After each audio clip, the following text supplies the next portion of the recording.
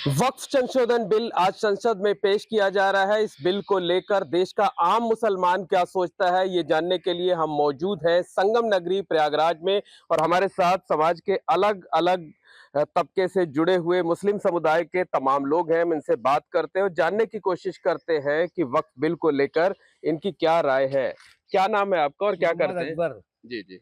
ये पॉलिसी जो है मेरे समझ से तो इसराइली पॉलिसी अडॉप्ट किया जा रहा है। और हिंदुस्तान में चाहे सेंट्रल गवर्नमेंट हो चाहे स्टेट गवर्नमेंट हो, मुस्लिम विरोधी हर काम कर रही है। और इतना दुखी है मुसलमान चाहे कि कुछ कह नहीं पा रहा। दूसरी चीज़ ये है कि अब इस तरीके से वक्फ जो है तो बिल पास करा के और जितनी मुसलमानों की प्रॉपर्टीज़ है, कब्रिस्तान है, मस्जिदें हैं, खानकाहें हैं और बहुत सी जो है तो अल्लाह के नाम से लेकिन जो लेकिन सरकार ये कह रही है कि इसका फायदा अभी तक सिर्फ सीमित लोगों को मिलता था। हम चाहते हैं कि आम टोटल मुसलमानों को फायदा मिले। कहीं कुछ ना मिलेगा। ये सब जो है तो बड़े लोगों को जो है तो ये सारी ज़मीनें दे दी जाएंगी और मुसलमानों को कोई फायदा नहीं होगा। बिल्कुल, और भी लोग हैं, उनसे बात करते हैं। क्या नाम है आपका? मेरा नाम तनवीर शरीफ है भाई। क्या कहना है? वक्फ संशोधन बिल आज संसद में पेश हो रहा है। आज जो वक्फ संशोधन बिल जो सदन में पास हो रहा है उसका हम कंडेम करते हैं, क्योंकि सरकार को हस्तक्षेप नहीं करना चाहिए, क्योंकि वक्फ की प्रॉपर्टी हमारे जो पूर्वज हैं उन्होंने मस्जिद है, मदरसा है, इबादत गाहों के लिए अलर्ट किया है, तो उसका फ़ायदा सब मुसलमान वर्ग को मिलता है। ठीक है, अगर आप उसमें अमेंडमेंट कर देंगे, 44 अमेंडमेंट आपने ऑलरेडी कर रखे हैं, ठीक है, तो मुसलमान के आप पुरखों की ज़मीन पे आप हस्तक्षेप मत करिए। आप नज़ुल की प्रॉपर्टी है, स्टेट लैंड प्रॉपर्टी, आप उसमें हस्तक्षेप करिए, उसको आप एक्वायर करिए। आप मुसलमान इससे बहुत खफा होगा। अगर मोदी जी, आपके चैनल के माध्यम से मैं संदेश देना चाहता हूँ, अगर मोदी जी इसको संज्ञान में लेते, इस बिल को नहीं पास होने देते हैं, तो मुसलमान का फुल समर्थन समझ लीजिए आप मोदी जी को मिलेगा। लेकिन नहीं मिलेगा अगर बिल पास हो गया, तो इस तरीके की बात कह रहे हैं। आप बताइए कि जो बिल पेश हो रहा है, सरकार तो कह रही है हम आम मुसलमानों को इसका फायदा देना चाहते हैं, इसलिए इस बिल को लाए हैं। देखिए, सरकार हमेशा झलावा पीजी है। लोगों को समाज में सिर्फ एक चीज़ को दिखाया जाता है कि आपके फ़ायदे के लिए है, उसके बाद पीछे से काम जो उनका करने का होता है वो हमेशा यही होता है कि मुसलमानों को बताते हैं ये फ़ायदा है तुम्हारा, और पीछे से जाके बंद कमरे में काम दूसरा कर देते थे। पहले तो इनके ऊपर भरोसा ही नहीं। दूसरी बात ये, अगर ये बहुत भला चाहते हैं तो चर्चा करें लोकसभा के अंदर। नहीं, चर्चा ही तो हो रही है। नहीं, चर्चा ये सिर्फ दिखावा। एक नहीं, अलग अलग पार्टियों के जो सांसद हैं वो अपनी बात ही रखेंगे आज। चर्चा करने का ये मतलब नहीं होता कि 1 घंटे की चर्चा करा दी, उसके बाद ले जाकर के बिल पास करा दिया। चर्चा होती है तो लगातार होती रहती, सदन चलता रहता है। ये चर्चा सिर्फ नाम का दिखावा, मैंने कहा जलावा है।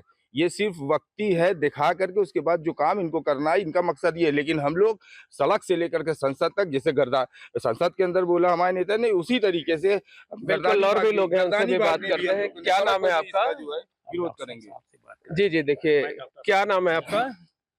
नाम आसिफ इकबाल। आसिफ साहब, ये बताइए कि क्यों सरकार की नीयत पर शक है आप लोगों को?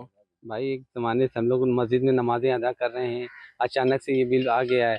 हैं, हम लोग जो है घबरा गए हैं। बताइए, हमारी मस्जिद हैं, इबादत गाहें हैं, हमारे खानकाहें हैं, हमारे कब्रिस्तान अगर छीन लिया जाएगा तो हम लोग नमाज को कहाँ अदा करेंगे? तो छीनने की बात कहाँ है? सरकार तो कह रही है कि जो वक्फ प्रॉपर्टीज का दुरुपयोग होता था, हम चाहते हैं कि आम मुसलमानों, गरीब मुसलमानों को उसका फायदा मिले। सर, इसमें हमें कोई फ़ायदा नहीं दिख रहा है। हम लोगों पर जो है ये जिम्मेदारी बनती है मुसलमानों के ऊपर कि इस पे बिल पे जो है हम लोग को जो है एहतजाज करें। ये बिल जो है, क्या लगता है कि जो सरकार है वो सिर्फ क्या कहते हैं सियासी फायदे के लिए ऐसा कर रही है? क्योंकि जो काला कानून ला रही है वक्फ वाला, जिसका हम विरोध करते हैं, और इनका सिर्फ सॉफ्ट टारगेट मुसलमान होता है, मुसलमान पर इसी भी राजनीति करते हैं और इनका और कोई काम नहीं है। अपने पुरखों की वतन परस्ती का सबूत ढूंढ रहा हूँ, इसी मुल्क में होकर वो पैदा होकर अपना वजूद ढूंढ रहा हूँ।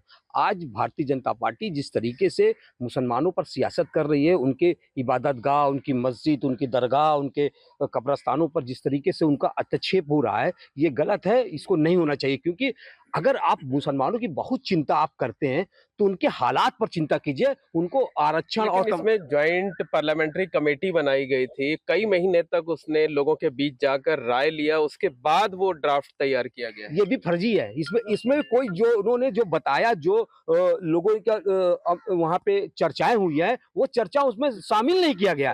ये पूरी तरीके से जो प्रस्ताव था, वो प्रस्ताव को इन्होंने माना ही नहीं, और उसके बाद जो है जो ये ला रहे हैं, ये छलावा है मुसलमानों के लिए। और ये बहुत बड़ा जो है काम किया जा रहा है कि सीधा भाजपा के और तमाम अडानी अंबानी के तमाम लोगों को, जो बड़ी ज़मीनें हमारी हैं, हमारे जो पुरखों ने मस्जिद और इमामबाड़ों को और तमाम चीज़ों को जो दान दिया था, उस पर ये हस्तक्षेप करके और उसको बड़े लोगों को देना चाहते हैं। ये बताइए कि क्यों शक हो रहा है, सरकार की नीयत पर शक क्यों है, भरोसा क्यों नहीं हो रहा है?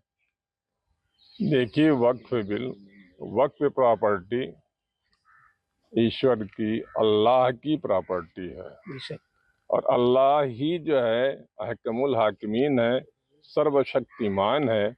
और जो सर्वशक्तिमान है तो वो तो खुद ही देख लेगा कि इसका क्या है। तो वक्फ के जब अल्लाह की प्रॉपर्टी, अल्लाह की मिल्कियत, जो सारे आलम का मालिक है, जब उसको हम जो है गसब करेंगे, उसको लेंगे, तो अल्लाह खुद इसकी हिफाजत कर लेगा।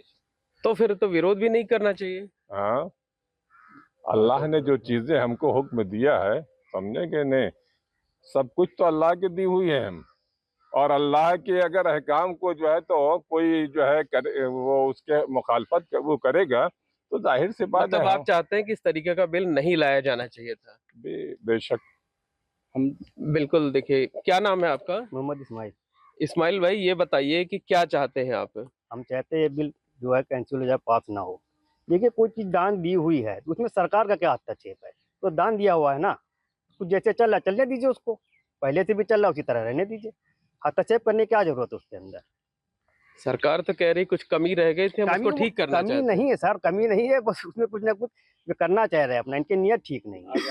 देखिए, बहुत सी चीजें ऐसी है जो उजागर नहीं होती, पर्दे के पीछे रहती है। वो जब पास हो जाता तब बाद में मालूम होता है, लेकिन जब एक बार हो गया, कोई चीज काम हो गया, पास हो गया तो हो गया, खत्म हो। बिल्कुल, लेकिन जब तक बिल सामने ना आए, जब तक उसकी ड्राफ्ट सामने ना आए, तब तक क्या जो विरोध है वो जायज है? जी, विरोध हमेशा जायज़ रहेगा, क्योंकि सरकार हमारे मस्जिद, मदरसा, अब वक्फ बोर्ड, वो दिन पे दिन कुछ ना कुछ लेके आ रही है। और सरकार को इस पे सोचना चाहिए कि हम मुसलमानों के साथ क्या कर रहे हैं। ये एक अत्याचार है और हम मोदी जी से अनुरोध करते हैं कि आप इस पे फैसला लें और वक्फ बोर्ड को ये कैंसिल करें, ये बिल को। बस इतना ही कहना चाहेंगे हम। मतलब आप चाहते हैं कि ये बिल जो है वो पास नहीं होना चाहिए? जी, कैंसिल हो, क्योंकि ये मुसलमान पे दिन अटैक हो रहा है। खानकाहों पे, मदरसे पे, मस्जिद शहीद की जा रही है। अब वक्फ बोर्ड पे आ गए, कोई हमारी चीज़ है, हमने दिया, दान दिया, आप उस पे क्यों हस्तक्षेप कर रहे हैं? इस पे सरकार को विचार करना चाहिए, हमारा तो उनसे अनुरोध है मोदी जी से। देखिए, और भी लोग हैं, उनसे बात कर लेते हैं। आप जरा आगे आ जाइए। क्या नाम है आपका? अनीक अहमद।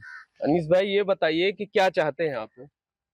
हम इसको नहीं चाहते हैं, जैसे कि ये मस्जिद, अपनी मदरसा है, अस्पताल है, ये सब वक्फ है, ये ये लेके दूसरों को देना चाहते हैं, इसलिए हम इसके खिलाफ हैं।